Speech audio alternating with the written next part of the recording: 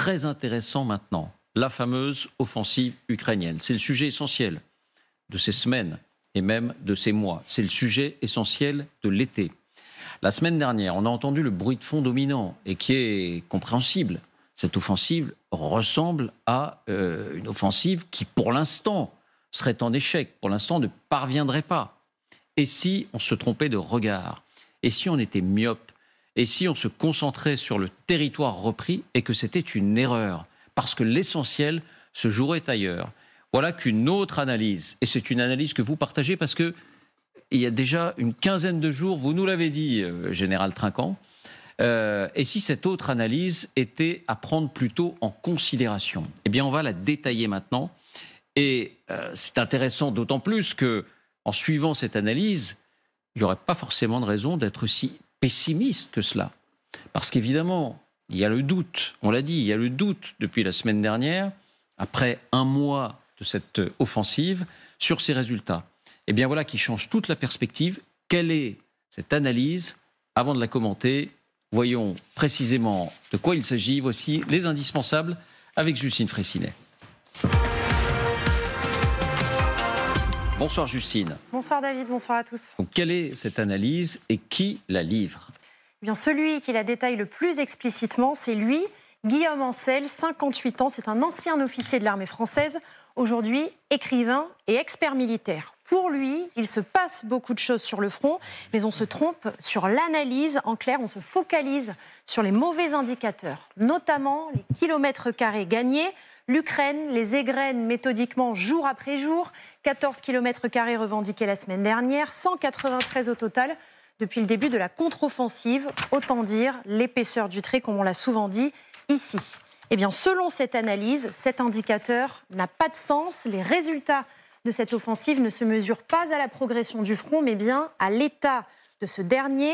Et il va plus loin. Contrairement à ce qu'avancent certains observateurs, ce front serait très actif, loin d'être figé. Le front en Ukraine est au contraire soumis à une extrême tension. Il ressemble à une immense digue de plus de 1000 km de longueur sur environ 30 km de large que les assauts ukrainiens répétés mènent progressivement au bord de l'implosion. L'enjeu actuel, ce n'est pas la ligne de front, mais l'affaiblissement général du dispositif russe, de sa logistique et de ses réserves.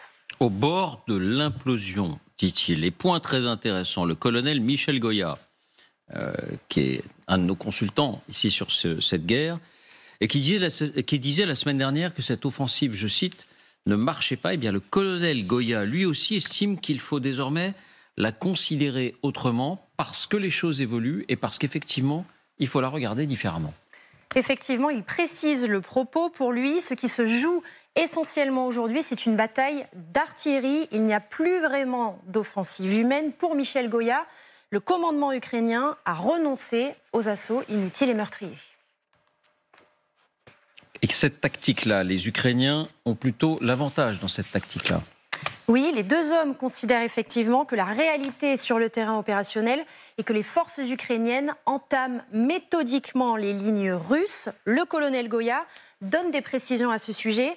Écoutez bien la fin de son propos.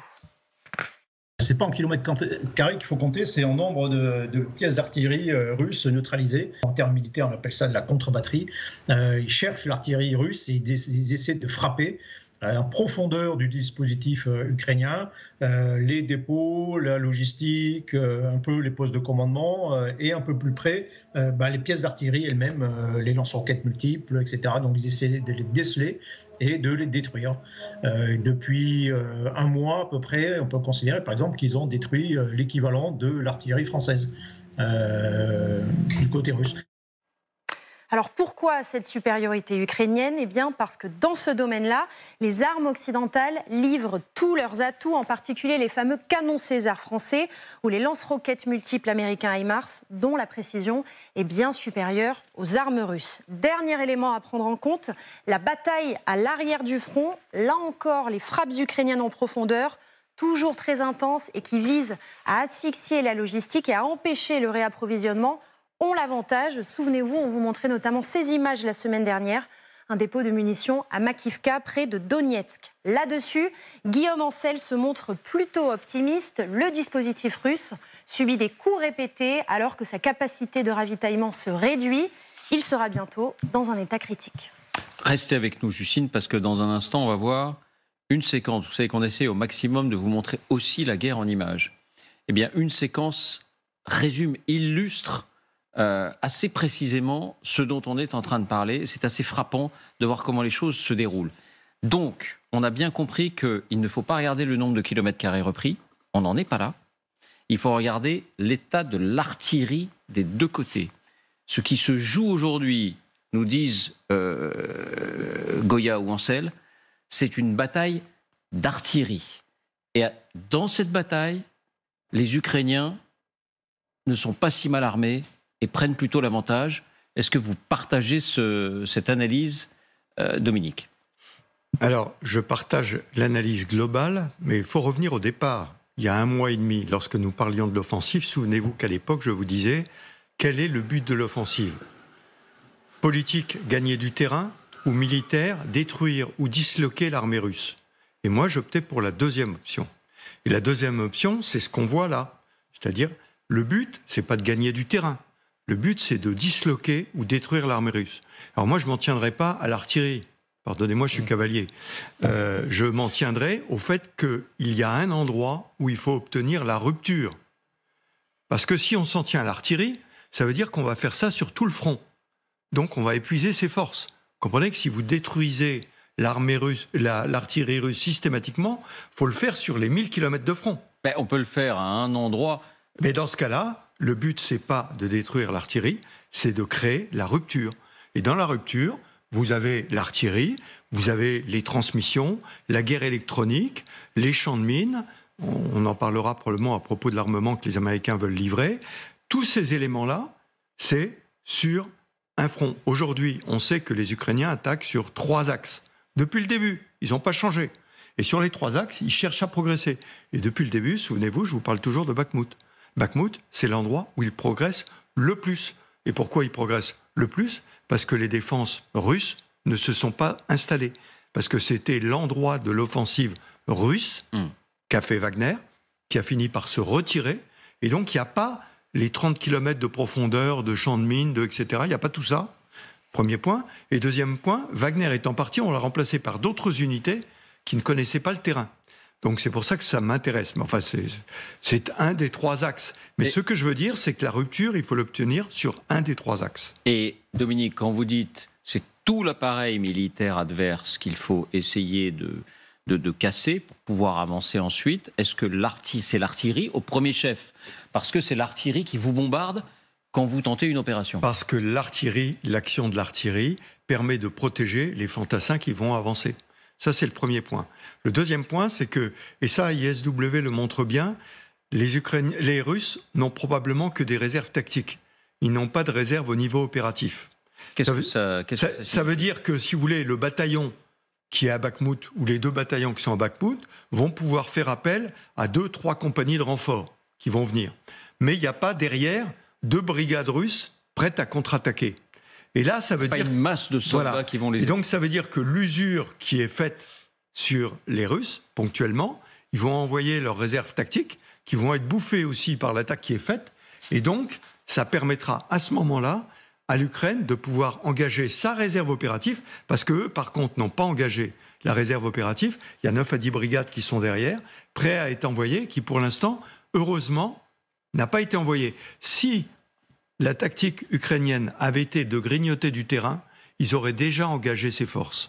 Or, ils ne l'ont pas fait pour ne pas les user, pour les économiser et les utiliser dans la rupture. Michel Goya dit une phrase qui frappe les esprits. Depuis 1 mois, on peut considérer que les Ukrainiens ont détruit l'équivalent de l'artillerie française, du côté russe. Ouais. Est-ce que ça signifie qu'avec les Césars, qu'avec les HIMARS, sur cette bataille-là, les Ukrainiens ont effectivement un avantage. Parce que ce sont des armes plus précises. Je vais être mauvaise langue, mais l'artillerie française, pardonnez-moi, c'est pas grand-chose. Il y avait un chef d'état-major de l'armée de terre qui disait il y a plus de canons aux Invalides que dans l'armée française. Donc, bon, ça mais fait alors, pas grand-chose. ces fameux Non, canons mais- César, parce qu'il y en avait 18 Français, 18 Danois. C'est blague mise à part. Il est vrai que la destruction de l'artillerie, mais beaucoup plus, je pense, des dépôts de munitions. Parce que le problème, c'est de la mathématique, là. Il faut combien d'obus par pièce pour arriver à tenir? Combien d'obus par pièce pour arriver à percer? Par pièce d'artillerie. Par pièce d'artillerie, voilà. Et la destruction d'un dépôt a beaucoup plus d'effet que la destruction des pièces. Parce qu'il n'y a pas d'obus qui arrivent, tout bêtement. Et donc les pièces, elles servent à rien s'il n'y a pas des obus qui arrivent. Et les Ukrainiens ont le même souci. C'est pour ça qu'aujourd'hui, les Américains ont décidé de libérer leur stock d'obus à sous-munitions, tout simplement parce qu'on n'arrive pas à leur fournir assez d'obus. Mais alors, incluons munitions et pièces dans un même raisonnement. Est-ce qu'il vous semble, effectivement, que sur ce terrain-là, les Ukrainiens peuvent avoir l'avantage parce que leurs armes sont plus perfectionnées? Ils peuvent avoir l'avantage si on continue à leur fournir des munitions. Et aujourd'hui, on voit bien qu'on est un peu dans le creux de la vague. Et pourtant, Dieu sait si des efforts considérables ont été faits. Mais compte tenu de la consommation de munitions, il n'y en a pas assez.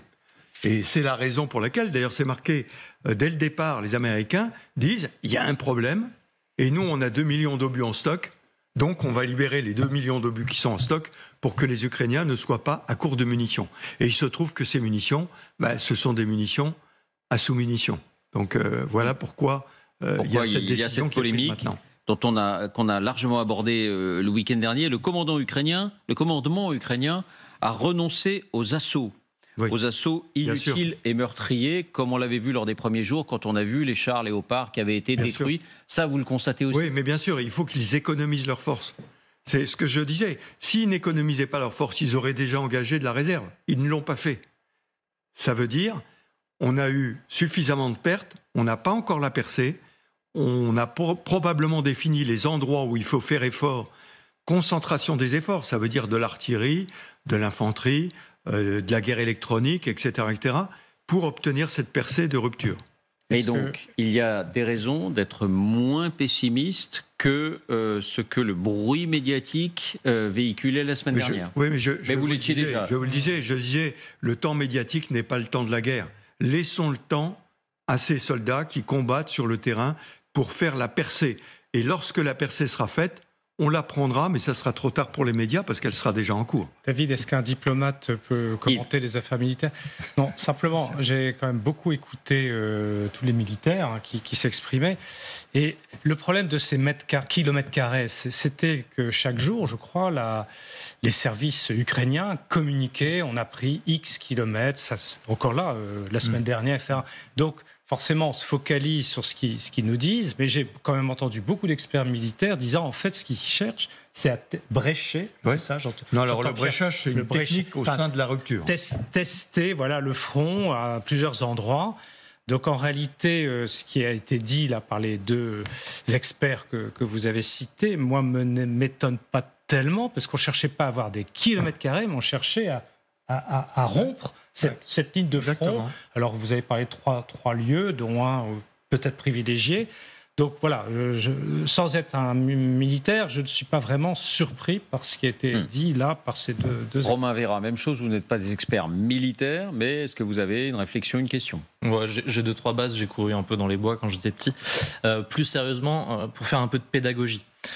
Traditionnellement, on distingue deux choses dans l'art du commandement. La stratégie, donc là c'est les généraux qui réfléchissent à l'échelle de l'ensemble du théâtre, les 3 ou 4 axes sur lesquels on va pouvoir progresser, comment, etc. Et la tactique, où là à un niveau local, à toute petite échelle, le chef d'une petite unité va coordonner ses hommes pour arriver à avancer sur un objectif. Ça, historiquement, on a toujours un peu raisonné comme ça. Et puis, dans les armées contemporaines, on a quelque chose qui a été rajouté, qui est l'art opératif, par les Russes en plus, parce que les opérations sont devenues tellement complexes. On a de l'artillerie, on a des moyens de renseignement, on a la communication, la propagande, on a le brouillage, les avions, l'espace, etc., que tout ça devient tellement précis qu'il faut être capable de réfléchir des opérations de manière très fine, jusque dans le moindre détail, et d'aller chercher chez l'adversaire les éléments qui vont permettre de casser les rouages de la machine. les Ukrainiens, a priori, ce qu'ils visent chez les Russes, ce sont les dépôts logistiques, on l'a évoqué tout à l'heure, ce sont les moyens de commandement, les moyens de communication, etc., etc. Et donc tout ça, ça veut dire quoi? Ça veut dire que ce n'est pas une question d'artillerie contre artillerie.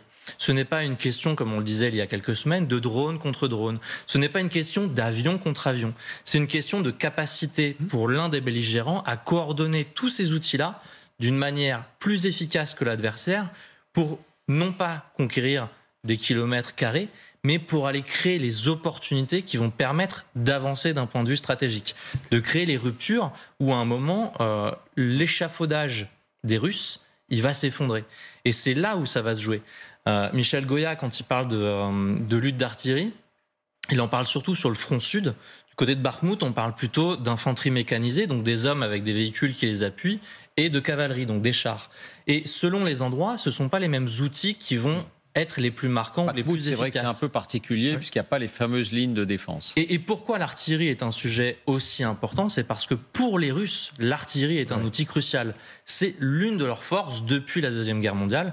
Et donc les Ukrainiens, en cherchant à manœuvrer pour faire tirer l'artillerie adverse, vont repérer les endroits où sont les artilleurs et vont essayer de fatiguer cet atout maître du jeu de l'armée russe. Vera? Je voulais juste ajouter, je ne suis pas spécialiste militaire comme c'était dit, mais je sais que souvent les guerres et les offensives ne se passent pas selon le plan, même si le plan était très, très parfait. Donc à mon avis, c'est un peu normal dans ce sens que les Ukrainiens aussi adaptent leur stratégie en fonction de la réalité de ce qu'ils découvrent, parce que certaines choses aussi ils découvrent sur le front. Donc c'est un peu normal, il faut être patient, il faut attendre qu'ils trouvent une solution, parce que là, comme on sait, dans les guerres, il y a toujours une solution, mais parfois il faut plus de temps pour la trouver. Bien. David, j'avais juste une petite question pour les militaires. On avait beaucoup parlé du fait que les Ukrainiens n'ont pas d'avion, enfin, les attendent désespérément.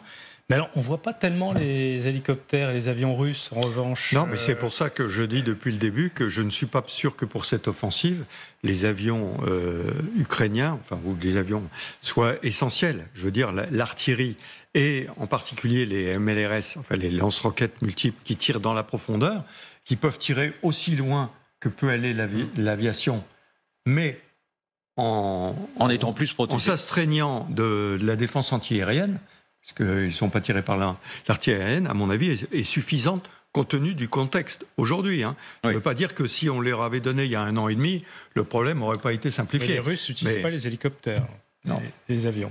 Non, parce que le rideau anti-aérien est important. Et ils l'utilisent un peu à la marge. Alors, illustration de ce dont on est en train de parler. Et Romain, notamment, vous disiez, s'il y a des opérations, il y en a encore quelques-unes, des opérations au sol, des opérations blindées, des opérations d'infanterie, c'est en particulier pour que les bombardements russes dévoilent les positions russes et qu'on puisse tenter de les atteindre à leur tour. Illustration parfaite. Vous savez qu'on essaye toujours de vous faire vivre cette guerre au plus près. Là, on n'est pas au plus près parce que les images que vous allez découvrir sont des images aériennes. Elles sont prises de drones. Mais on comprend, à travers ces images, vous allez comprendre et découvrir la logique d'une de ces opérations, et c'est particulièrement éloquent. C'est ce que vous nous racontez, Justine. Oui, regardez, ces images ont été publiées samedi, et on est avec l'un des bataillons de la 53e brigade mécanisée ukrainienne à Yakovlivka dans la région de Donetsk, dont l'un des fronts principaux. Et ce que l'on découvre ici, c'est une colonne de véhicules blindés ukrainiens en pleine progression.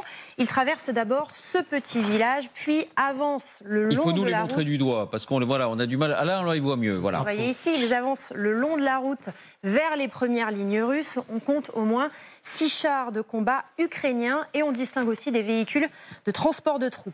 Le convoi est repéré, vous allez le voir, par l'artillerie russe qui commence à les cibler.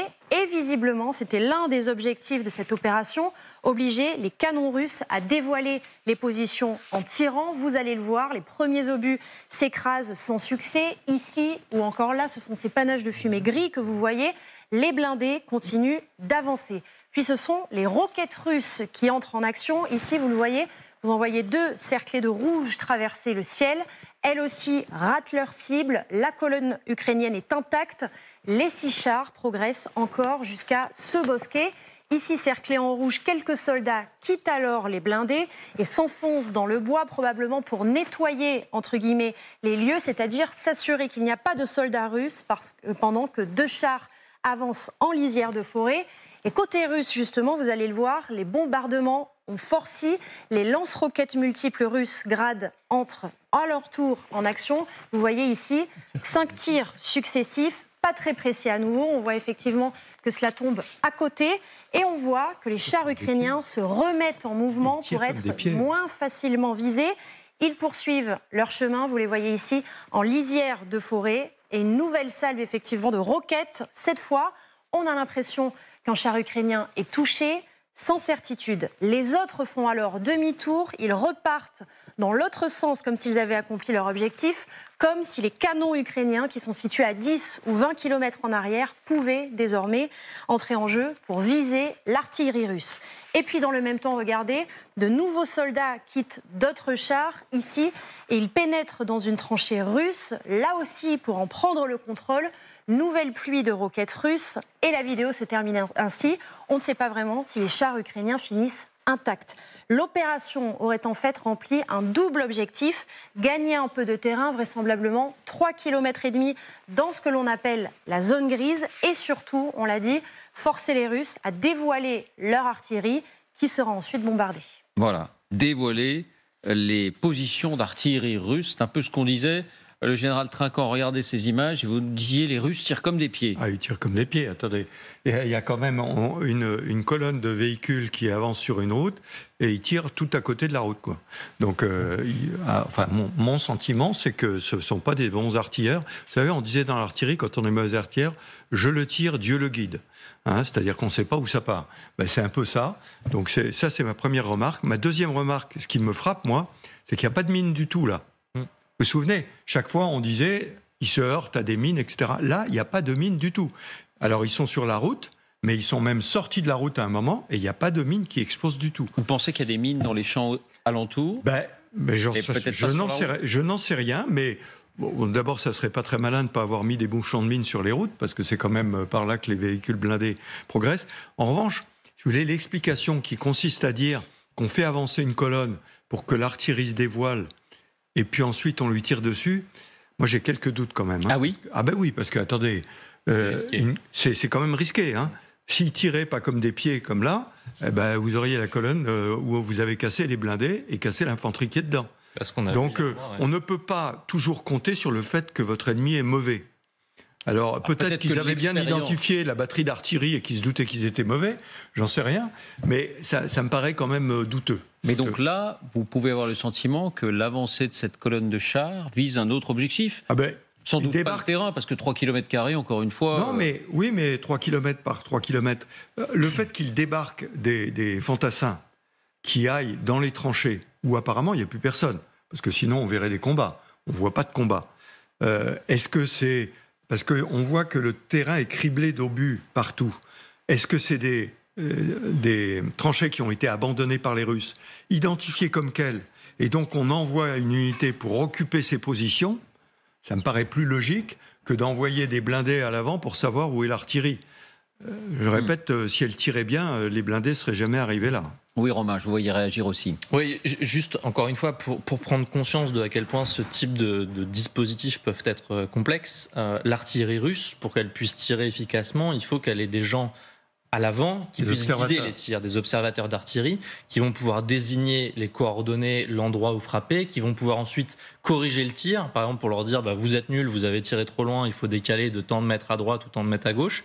Et il faut que toutes ces compétences, elles existent. Si les observateurs d'artillerie qui sont eux normalement à l'avant avec l'infanterie ont été neutralisés, parce qu'effectivement là on voit pas grand monde pour tenir le terrain. Il n'y a pas de soldats russes. L'artillerie derrière, elle tire un peu à l'aveugle. Il n'y a pas les drones qui sont censés remplir cette fonction? Oui. Il peut y avoir des drones, mais pour contrer les drones, il peut y avoir des brouilleurs. Et donc, voilà, encore une fois, tout ça est extrêmement complexe. Il faut tous ces petits outils. Et s'il manque certains de ces petits outils, l'artillerie peut tirer n'importe où. Si le terrain n'a pas été correctement reconnu par les Ukrainiens, s'il a été miné et qu'ils n'ont pas su soit nettoyés, soit contournés, et ben on se retrouve avec ce qu'on a vu il y a un mois, avec une dizaine de véhicules qui sont au tas et où tout est immobilisé. Et donc, il faut sur chacun de ces aspects avoir des gens qui soient formés, compétents, bien équipés. Et on parlait tout à l'heure de l'avantage potentiel des Ukrainiens à avoir des pièces d'artillerie qui soient extrêmement avancées d'un point de vue technologique. Précis. C'est l'un des avantages, c'est pas le seul. C'est-à-dire qu'il faut des pièces de qualité, il faut des pièces en nombre, il faut des artilleurs pour les mettre en œuvre qui soient correctement formés, qui soient compétents. Et des munitions. Et il faut des munitions en nombre qui soient Précis. approvisionnées d'un point de vue logistique jusqu'à l'avant.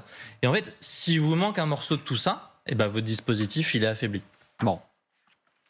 Yves, Vera, sinon on avance, parce qu'il y a beaucoup de choses à dire aussi. On voudrait aborder le sommet de l'OTAN. Non, allez-y, Yves.